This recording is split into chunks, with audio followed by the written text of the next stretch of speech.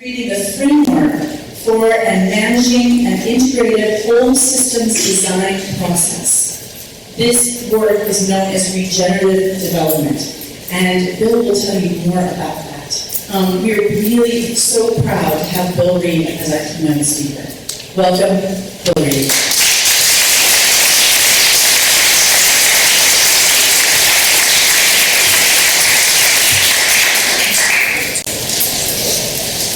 Good morning.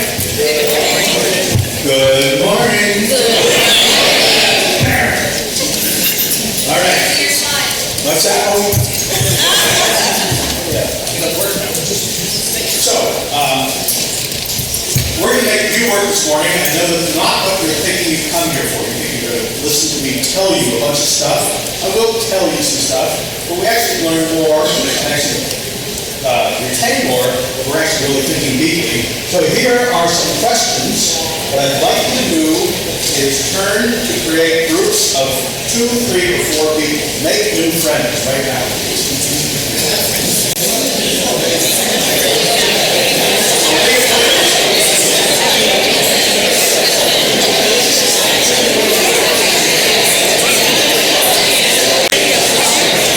All right. Yeah. Okay, everybody. I hate to stop this. This is more excited than you'll be all day. Good. All right. Fun stuff. That really is fun. That's the most fun we're going to have. All right. So, this diagram is from the Forum for the Future in London. So, basically, instead of the 3 capitals, social, environmental, equity, which I help you get invented for the corporate world. And by the way, if you read the Harvard Business Review, he repents of that. Last year, he an article that I'm so sorry I talked about the triple bottom line. Because the triple bottom line actually has been used as a sock or a basically cover for corporate economic development. And so the Forum for the Future, Jonathan Porritt's organization, basically developed what they call 5 capitals. You notice the 3 are there, economic, financial, and natural capital, and social capital, but added is manufacturing capital and human capital. Oh, sorry, I gotta swallow this mic. Yes. Okay, so that's a little background. So there's 5 types of capital, meaning that when we provide our goods and services, our quality of life from all of these, and unless we are adding value in all those domains, a sustainable condition is impossible.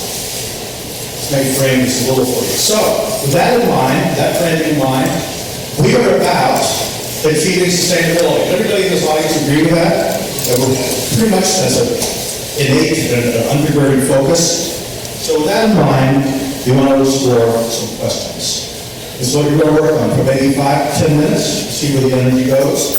Number 1, what is the overarching, long-term effect we are trying to produce in the world? Let's get beyond glib words like sustainability and regeneration and the Brundtland Commission report. What are we really trying to do? What's the effect? And how can we be most effective in doing so? And what's required of us to do that? Does it seem like you can answer that in 5 minutes?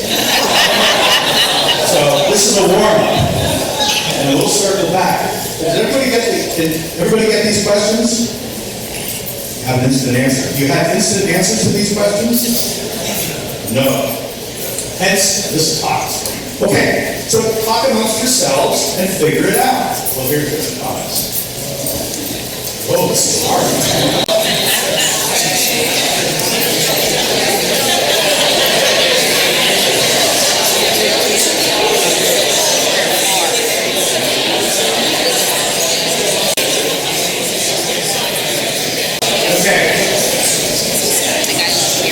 There's no right answer to these questions. But there are a lot of positive directions we can hear. And so I'm curious if you can, let's just take some samples. What is the overarching long-term effect we are trying to produce in the world with our efforts? Make it better. Make it better. Equity. The group here is very conscious of the. This is so official.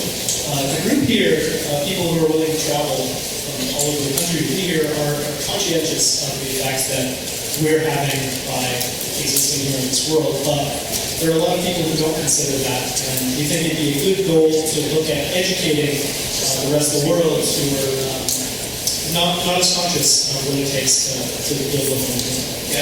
Can't argue with that answer. What else? Fox? Yeah. Loud. I've got maximum freedom with least impact. Next. Uphold the integrity of our natural resources. Uphold the integrity of our natural resources. Love it. One more. Joy. To bring systems back into balance. Bring systems back into balance. Cool. All right. How can we be most effective in doing so? Start. Great. We're done. Working collaboratively. Working collaboratively. Great. Everyone has to hold themselves accountable. Everybody has to hold themselves accountable. This is wonderful. By example. By example. Okay. Pretty good. Well, I guess we kind of answered what's required of us, but maybe there's a little deeper aspect of that. What is required of us? As individuals, as a culture? Awareness. Awareness, commitment, Hard questions. asking hard questions. Thanks. Understanding the difference between our needs and our wants. Understanding the difference in needs and wants. Beautiful. Okay, I think we're fine where I want to take it. I'm in charge. Remember that old show, Outer Limits? I'm in charge of the television set. That's for anybody over. All right. So we asked this question last night. What are we sustaining with sustainability? Life. What? Life. Life. Good enough. Everybody agree with that? So that now, that's it. That's a deep. What's that? So life. What do we do with that? If we're sustaining life, don't you think we have to know how to define life? Now, we've been working on that for 6,000 years. Probably is an aware Western kind of type culture. Eastern cultures a little longer. So, what is life? And I'm going to suspend 4,000 years of debate by giving you the answer that I like. So this comes from Humberto Maturana, the Chilean biologist and philosopher, and he said, life is the process of becoming. Life is the process of becoming. I think that's incredibly elegant, because what that implies is that we are whatever we are, whether a living entity, an individual, a living system, if it's a forest, or a bee food system, or a weapon, or a carrying corridor, or a child, human being, we are all in the process of development. You agree? We're all in the process of evolution. Development is a synonym for evolving. And ultimately, and I'll make this, I believe this is an absolute answer, such as anybody can make an absolute answer, that sustainability requires of us, and actually asks us to understand how to stay in the game of evolution. And we don't talk about that enough. So, let me give you some perspective. This comes from Bill Mollison's permaculture, the Australian one of the founders of permaculture along with David Holmgren. He basically breaks life into 3 levels. There's degenerative, generative, and regenerative. And I want to make sure we're clear about that. So, in general, what level is our culture working at right now? In the red. In the red, yes. So, now it gets confusing with generative. And I want to make some clear distinctions between generative and regenerative. A lot of you are hearing the word regenerative these days, are you not? Is that fair to say? It is being banalized just like the word sustainability. Meaning, if I build a dam project in India that's going to feed people and produce power, I'm producing a sustainable project. I talked to a financial director at one of the private schools in New Hampshire, and he was saying, we're sustainable. I said, how are you sustainable? So we have an endowment. It's true, but it's not what we mean in our hearts. So, what does it mean to be generative? And I'm going to be pretty harsh on this.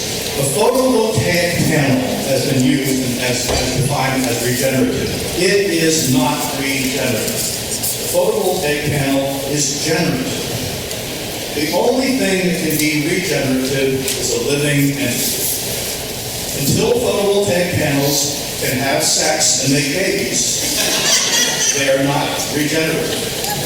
It sounds flippant, but this is really important. We are talking about life. We are not talking about technology. Technology is part of life, and this is where it gets interesting. So if I take a bulldozer, I can be destructive with a bulldozer. I can be degenerative, and we've all seen evidence of that. I can use a bulldozer to create really powerful stormwater management. I can generate more effective use of water, and I can use a bulldozer to create key lines to allow for much more effective farming. So it depends on what our objective, what our goal is, and how we use technology. The photovoltaic panel can be in support of that. Renewables can be in support of that. But let me share with you a couple of examples. So evolutionary health just does not happen. And a number of biologists would say, well, you just can't talk about evolution. Evolution just is. Really? The corollary to this is we have a role as humans to engage. We are actually devolving the planet right now. Is that a fair statement? So if we are devolving the planet, can we not engage in evolving the planet? And that seems to be the opportunity we have in anything that we do. So some of you have seen me talk before, and I've used these same examples because they work. So this is a civil engineer's view of a stream in Baltimore. And the civil engineer who did this stream was in one of my audiences one time. He was really pissed. And he didn't know that I was giving him an hour. So here is what was happening, though, is that until Maryland, the state of Maryland passed the stormwater management laws that were developed in Prince George's County, there was water pouring from the parking lots of buildings to the north and ripping the stream apart, creating all sorts of suspended solids going into the Chesapeake Bay. Once we actually started managing water more effectively and retaining it during storm events, that then allowed us to work on the stream in such a way where we could actually bring back its evolutionary functioning. And so this is what the stream looks like 3 years later. So we have a role to play, and we can do bang a job if we just begin to integrate and work together with the systems that we're talking about. In China, the Loess Plateau, which is an area the size of France, for 30 years they've been working, it's desertified. For 30 years, it looked like in the upper pictures. After 29 years, they finally asked the farmers how to do it instead of scientists coming along and being academic about it. And within 18 months, it turned into a green oasis. 18 months. This is a classic project from Santa Fe, New Mexico. No water in the desert for 200 years. But by understanding that beavers used to live there, because we looked in historical research in Durango, Colorado, and found that wild-billed Williams and his mountain men came south into Santa Fe to trap beaver. And there's no such thing as sand beavers. So we knew there was water there. And so basically we said, what's the pattern of beavers? What do beavers do? They build dams. So we said, well, I don't know how beavers figure. Let's build some dams. Literally, let's build some dams. Where the beavers would have built their dams, and within 18 months, there was a permanent running stream in the desert. Now, that's deeply restorative. What makes it regenerative is that every farmer in the valley said, whoa, water, free water in the desert? We'll do that too. And that was a raging frothy stream where there was no water 10 or 20 years ago. So you see the potential, you see the word potential? And I want to emphasize this. We in our culture try to solve problems. We reduce things to manageable problems, and that is the way we are destroying the earth. Because life is not life always works with potential. Alan Sager's work in Zimbabwe, billions of hoofed animals in Zimbabwe, in Africa, and the savannah thrives. And yet, when we introduce cattle, we destroy the savannah. How come? And it turns out that the secret is that antelopes don't stay in one place. They move. And so what Alan Sager did is just move the fences every 2 weeks and look at the savannah coming back, even during a drought. We just have to be participatory and not assuming and to observe and understand the potential, because life wants to live. So the nature of, when I say 18 months, by the way, every project we have been involved with, we see within 18 months to 3 years a transformation when we partner ourselves with living systems. I mean that with humans too, because humans are part of living systems. When we truly partner, we can change the world. And I like to say that we can save the world in 18 months. And I believe that. What's missing right now in our culture? We have all the technology we need to save the planet right now. In fact, we had this technology 2,000 years ago. We don't need any more technology. Collaboration. What else is missing? Empathy. Good. Will. Leadership. Political will. So, yeah. Compassion. The opposite of greed. All that is great. And fundamentally, at the core, we have to be willing to ask the question. To say, maybe we need to think differently. So that's what today is about. How do we think differently? Native peoples around the world, we work with indigenous peoples around the world. I love this quote from Pat Anderson. California Native peoples believe that when humans are gone from an area long enough, they lose the practical knowledge about direct interaction. And the plants and animals retreat spiritually from the earth or hide from humans. When intimate interaction ceases, the continuity of knowledge passed down through generations is broken, and the land becomes wilderness. The healthiest ecosystems ever recorded on the planet have been when humans who actually understood nature are involved. Now, I hope I have, no, I don't have this here. A little quick story is that before Europeans got here, the average trees per acre in this area of the world, all the way from Newfoundland to North Carolina, was 7 trees per acre. They were gigantic trees.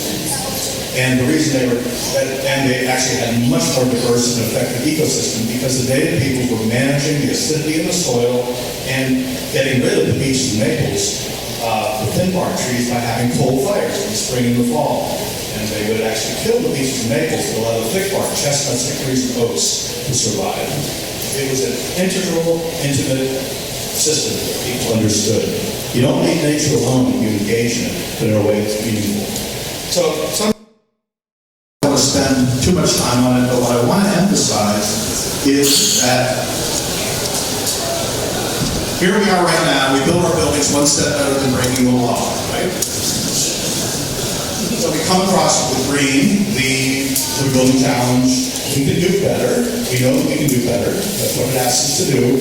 And if one thinks that, well, I can save 60% energy here, if I save 100% energy, I'm sustainable. Now, number one, you're never going to save 100% energy in the system. Net zero building, there's still an impact. So this is part of the story, but as long as we stay in this world, we are still degenerating the planet. You've heard the expression, sustainability is a slower way to die? It's true, the way we practice it. You need both of these, that's why the circle is here. We need to be slowing down the damage, give ourselves time to actually work on restoration and regeneration.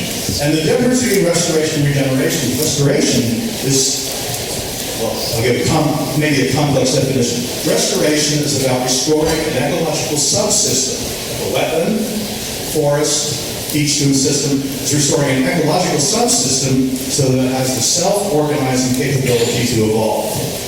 That compute, basically it's a perpetual motion machine, right? Now, regeneration is asking us to rebirth that understanding and grow that understanding forever. Because if we're lucky if we have a memory of a decade in Western culture. But look at politics. So what needs to be reborn is our knowledge every year. Where did we screw up? Where did things work? How do we improve? Life is not static, and that's the lesson. Life continues to evolve, and we need to evolve with it. That's the hard part. It's work. So, massive change is possible. You can see it by the evidence of what I shared. Would you agree? We can actually change the world very quickly. I want to make sure people are really in alignment with that concept. Can we? Do you think we can change the world? Yes. Yeah, let's do it. Let's do it. So, all the major problems of the world are the result of the difference between the way nature works and the way people think. So we actually have a thinking issue, thinking problem. So let's talk about, all right, gather in your same groups again. Turn around, make new friends again. Renew your acquaintances. All right. Good. Ready to start. All right, this is a two-part problem.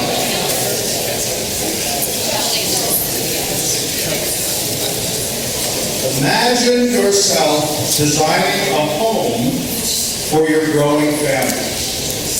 Well, let's just do this as a group. Imagine yourself designing a home for your family. What do you have to do to achieve this? What's required of you? So what do we do to build a home? Just call it out. Get the land. Materials. Communication. Design. Get the architect or designer. Huh? Know what your needs are. Know what your needs are. Know what your needs are. Programming. Finance. Water. Okay, you got the idea. Bunch of stuff glued together. Somehow we come up with a building. What's that? Study the land. All right. That's up in the game, Keith. Okay, now, here's what I want you to work on for about 5 minutes. Imagine designing a home for the purpose of developing your children. You get the shift? Did you feel that shift? Okay, that's what we're talking about, folks. So, what capacity, capabilities required of you to do that? What capabilities required of our family? And what is our mutually beneficial role in this place that we live with? Okay, work on that for 5 minutes. This is real life testing.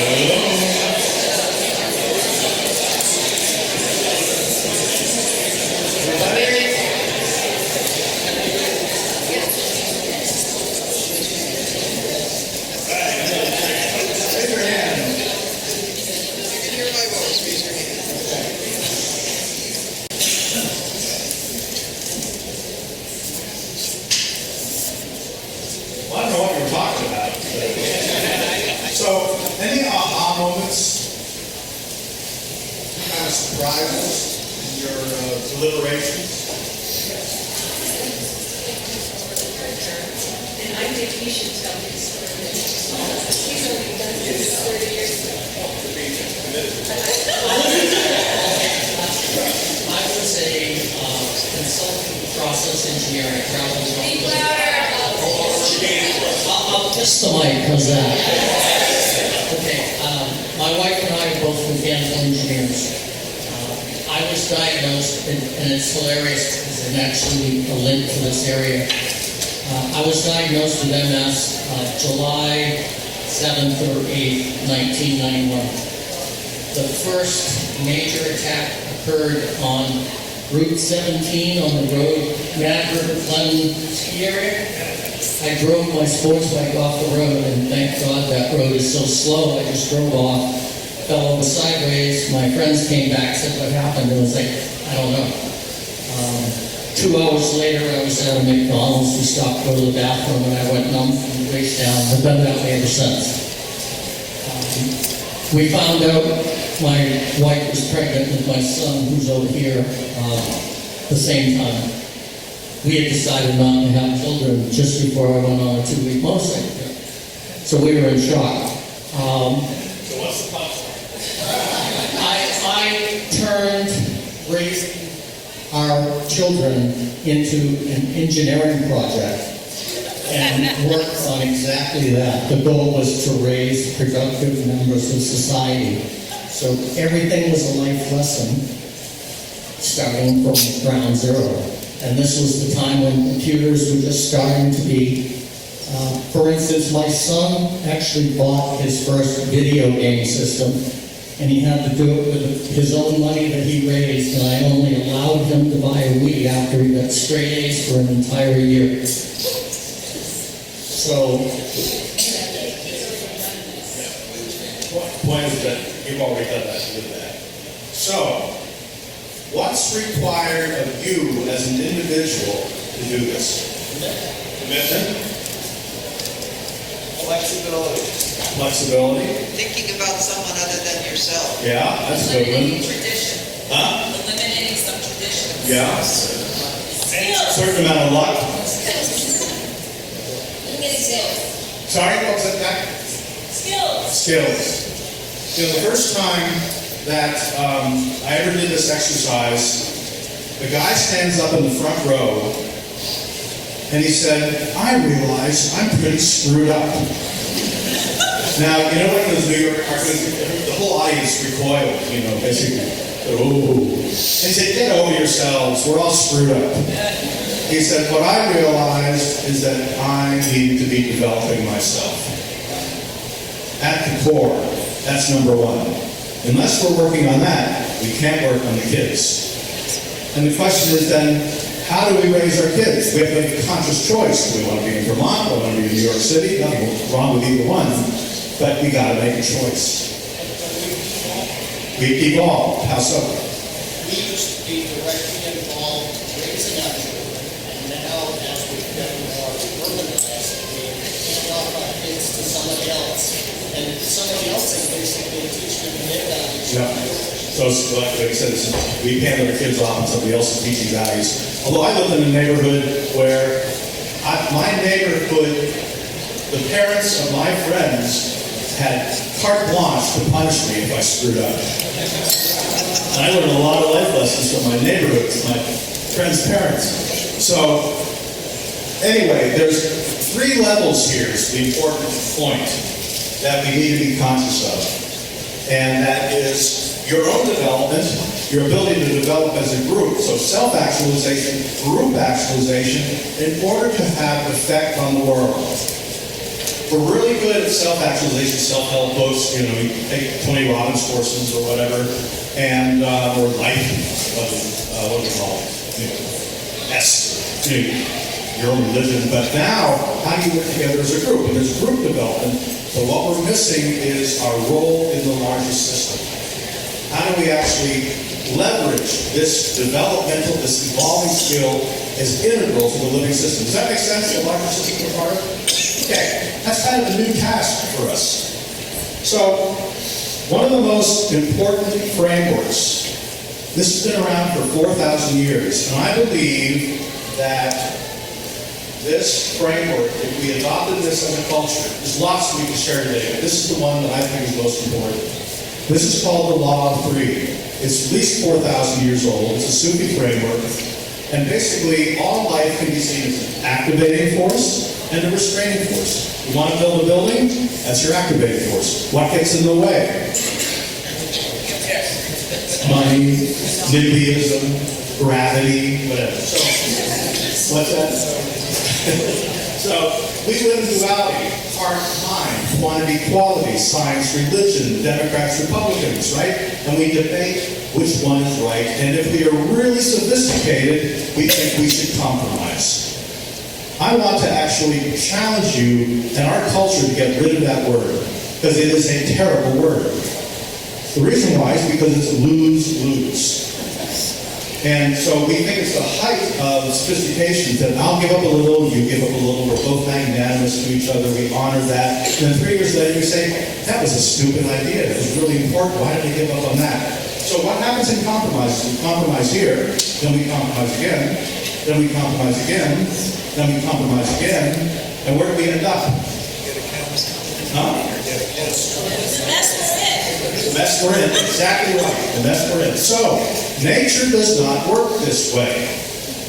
Nature harmonizes. The oak tree does not debate with the willow tree about sharing nutrients. You know, you took out my wife last week, I didn't really appreciate that. So I'm going to basically screw you over with some nutrients. It doesn't work that way. Life knows that we are in a continual riot of reciprocity. Continually gifting and exchanging in countless complicated, complex ways. And for us to think that we can understand that is bullshit. So we better start learning from life and understand that we are all connected. And we need to continually develop that connection and collaboration in service of something larger. Because until we have that something larger, let me go backwards for a second. Until we have that something larger, the meaningful contribution to a larger system, we do not have a North Star to shoot for. And in our culture, we used to have the church as this North Star that cohered society, for good and bad, right? It was a North Star. God and worship and all that. So we don't have that much anymore. We have climate change, but that's kind of now panic.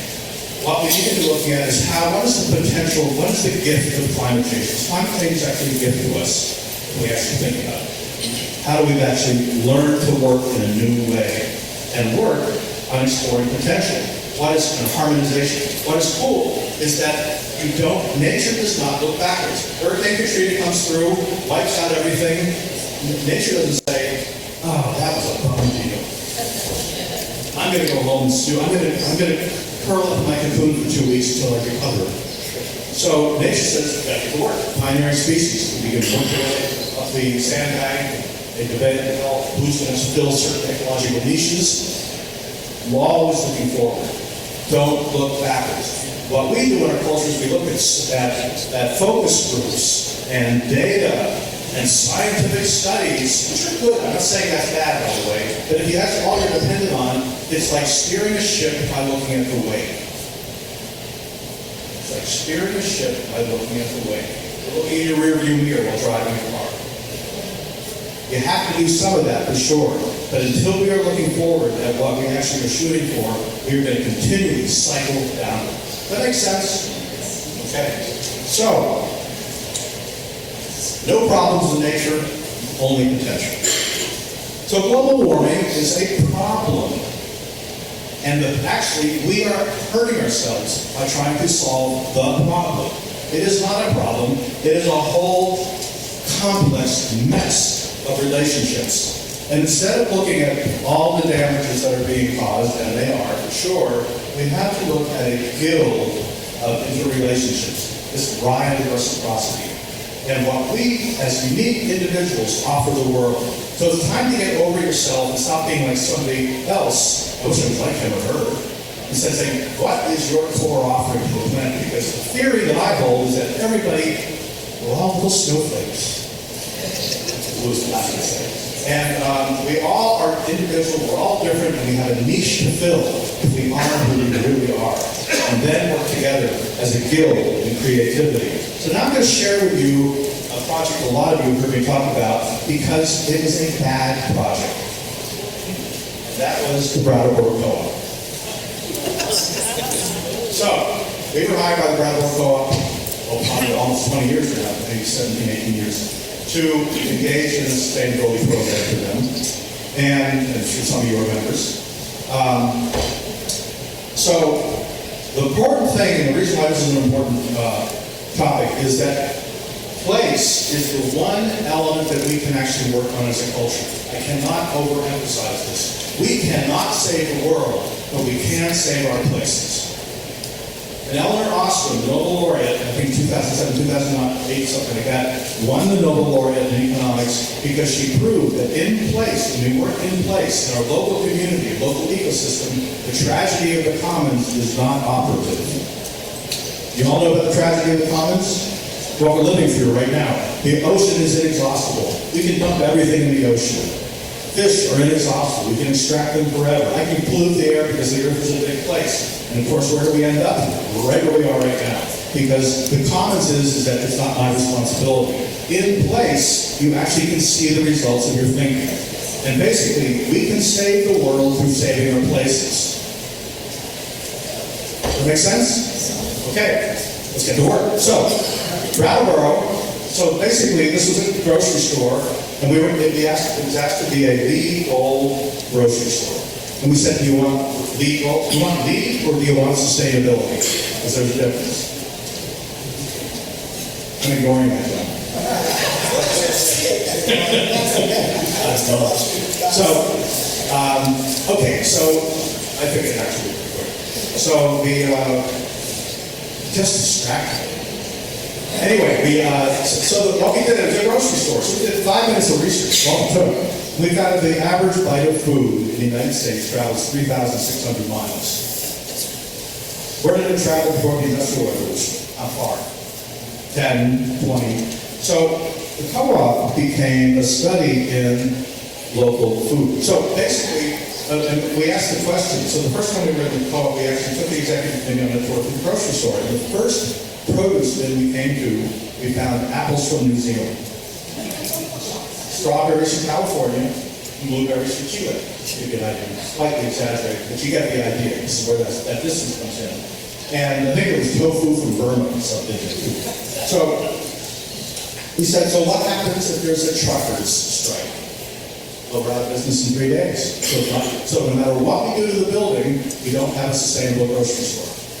And they said, yeah, and we're worried if Whole Foods comes into town because we're probably out of business in a year. Whole Foods comes into town. All right, so what's the one thing that truckers strike and Whole Foods can't compete with? Local food, gardens. So actually, the best soil. So these are all indicators of farms. These green swatches are abandoned farms.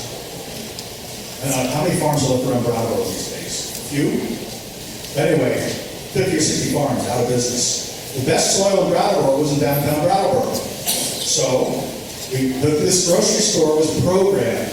And the reason I'm sharing this example is as we're building tiny houses, as we're building master plans, as we're building anything, every project, no matter what we are working on, is an opportunity to expand our work into the place we live and to heal here. Every project, I like to use the word, is an acupuncture point to heal the world. Don't stop at the box. Engage the people in the building in new thinking. Engage, because the people are regenerative.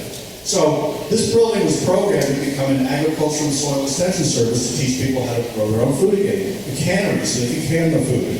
A daycare center to take care of the kids who need those for doing that work.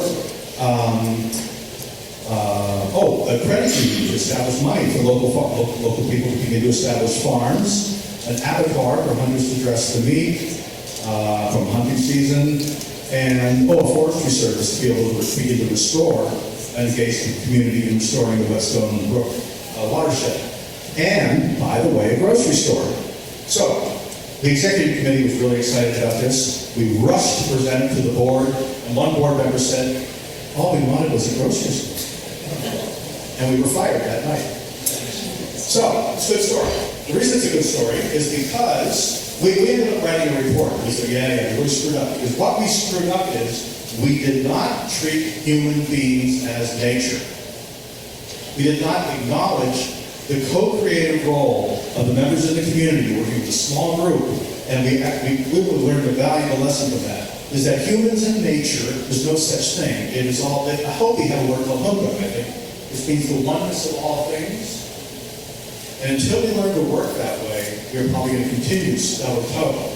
So we wrote a long report, 60 pages report, and we got a call almost to the day we were fired, a year later from our Marine president saying, Bill, we want to apologize to you. This is the greatest thing that's ever happened to us. We now have a 100-year ends policy. We're implementing that. But here's the thing. I don't know if the co-op is implementing that or not. I don't think it is, and this is the point. And the title of this talk is Life is a Practice, is that every year you have to re-engage the thinking. How does it change? How do we work with it? How do we rebirth the energy that originally established that question? And until we are living that way as a culture, and it doesn't mean everybody has to work that way, but until we focus on that aspirational holding of energy, we're going to continue this collapse back into business as usual. Does that sound sobering? And maybe, I hope it's not too good. Makes sense to folks? So we actually need to engage in a developmental process, an evolutionary process in the communities you're working with, or we're screwed. So, simple as that. So, they did build a building, but Mark actually used this expression, buildings are acupuncture points for regeneration. For rebirth. I know that term confused people last night when we used it. I'll still maintain it. Acupuncture is an energy center. And a building, every building, whether it's a tiny house, or a shopping center, or a master plan, is an energy center, an energy inoculation to begin to heal community.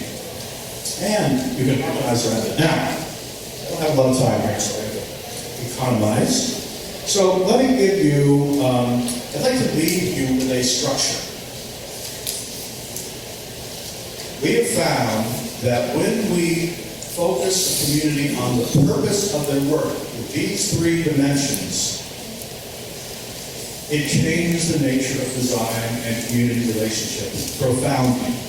We spend up to 6 months working on purpose on some of our larger projects. We work on billion-dollar projects, but no matter what, whether we're working on a meeting design or billion-dollar projects, we work on a purpose. Let me explain this to you. So I was actually going to have us do an exercise in this, over time now.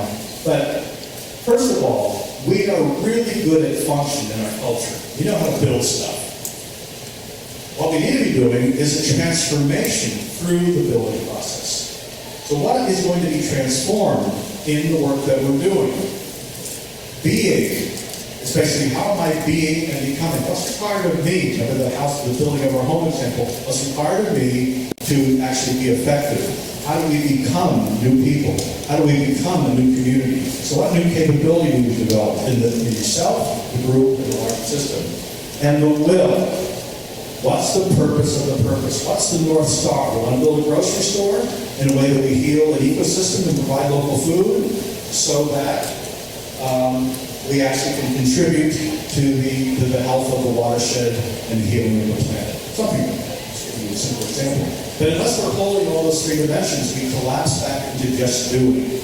We are really good at doing, and we're doing our way into doing. So it's time to actually be really conscious of those dimensions that we are not. We don't feel as free to talk about in business. We have to actually engage heart and mind, not just mind. So one way to think about this is that we need, I want to share with you a little practicality here, some examples. You want to see some examples and why this thinking works? And useful? We need to do that, I think. So, first of all, we have to stop dividing the world into pieces. If I'm going to get to know Kim Perot better, I don't divide her into a bunch of organs, her heart, her liver, kidneys, skeletal structure. Does that help you know Kitty? I think so. So, if I put all of our organs in a vessel and stir them up, do I get Kitty? Now that's the way we work in our communities. You're going to take care of mobility. You're going to take care of gender equity. You're going to take care of social justice. Oh, you're going to take care of habitat connectivity. And somehow we're working on all these silos, and we end up with what Russell Leacock calls is a mess. We're still in that mode right now. How do we actually work everything together? And all the SDGs, the LEED credits, Living Building Challenge credits, just because you put them in a circle doesn't mean that it's a whole. It's basically a list in a circle. So wholeness requires us to think differently. And wholeness requires us to think in terms of patterns and purpose. Now, see, for me to get to know Kenny, the way that I get to know Kenny is by getting to know Kenny. not her pieces and parts. And so I see the patterns of Kenny's life, what makes her happy, what gives her joy, what makes her sad. That's how I get to know Kenny. How she actually treats the dog in the street. Does that make sense? Okay, so how does this work in communities? So let me share. So here's a system. What are those parts? It's a bicycle. Now, if you were an Amazon Indian and had never seen a bicycle, would you know what to do with that? So the bicycle, you need a system. It's not just elements and interrelationships. The system has a purpose. And we have to know the purpose of the system in the larger whole. So this is an example that I think may... So this is a project got by the Three Sisters in Idaho in 2008, so it was never built, which is probably a good thing. But this land is 3,500 acres of land, and a developer was going to put 1,000 3.5-acre ranchettes on it. Ranchettes. The town went wild. They ran out of town on a rail. He fired his architect. I hired another architect to call us up because we worked with reconciling, harmonizing humans and nature. So we studied this place, and what one of my colleagues calls it dating nature. You know, you don't just meet somebody and say, oh, we're going to get married. Yes, you get to know them over time. And it takes time to get to know life. And so we spent a week tromping around, talking to people, doing research. And what we learned, can you see these faint lines? You don't see those? Okay. What are they? Property boundaries. Huh? Property boundaries. Those are property boundaries. Those are water courses. So, there's a big stream here called Mahogany Creek. And 100 years ago, farmers came to this valley and they dammed it up to irrigate this land. This was a prairie savanna. The remnants of Mahogany Creek are right here. It's right here. It barely has enough water to reach the Teton River. Now, in damming it, the reason why we found this out is we asked the ranger. This is how simple this is. We asked the forest ranger, how's the health of the forest? He said, oh, it's dying. Well, why? And for how long? He says, they're dying for 100 years. And the reason it's been dying is because of this dam. And the dam prevented the salmon. This used to be a great salmon river, no longer. The salmon from migrating up the stream where they died, laid their eggs and died, and the salmon was distributed by the wild animals to the forest. They used to find the forest floor. So when the dam came there, it destroyed the Big Hole Mountains, polluted the Teton River, and destroyed this prairie savanna. So 3 ecosystems were destroyed. Now, if we were using LEED as a criteria, we would say we get a point for keeping primary farmland. Those of you who know LEED, which implies that farming is good, right? Except when it isn't. And 90% of the time, it usually isn't. So this farming was actually destroying 3 ecosystems. So what we had to find out is, well, how does this system work? Who is this system? What does it want to be? And we found out that it was not hard to figure out once we learned that this land has a purpose. And this land basically, because this land serves as a living bridge between the Teton River and the Big Hole Mountains. That make sense? That's all we needed to say. It literally took us 15 minutes to talk to the developer and the design team, say, this is a living bridge. And they went, of course it is. And all those 1,000 homes, within a half an hour, we realized we couldn't build those ranches. They had very narrow edges of them. And if we'd done that, it would have allowed us to get rid of this dam, so farmers would have been economically healthy, because these farms are profitable. We would have had about 500 meters between these wedges, which would have allowed the wild animals to traverse it. We would have only used 10% of the water coming out of the stream for supplying the residents, and the rest of the water could get back to rewatering this alluvial plain. So humans and nature can work together if we understand life on its own terms, not our terms. And, just trying to think of any of the punchline. So we could have actually housed humans and actually healed 3 ecosystems in the process of development. Now, I'm not suggesting that was the development's best idea, but you can see how it can work. Useful example?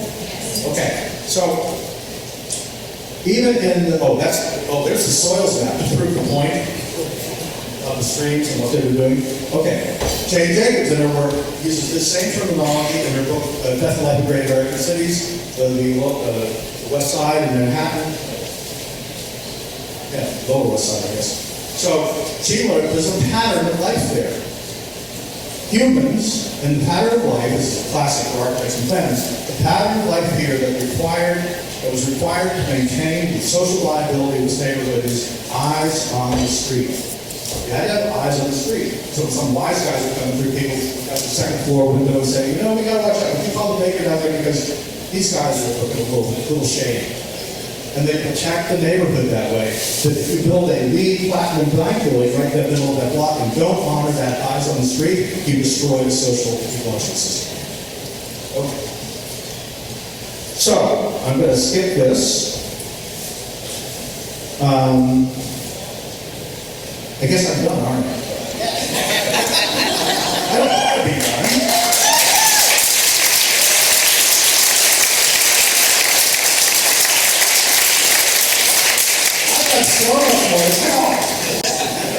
So did this give you a little bit of framing for these questions, folks?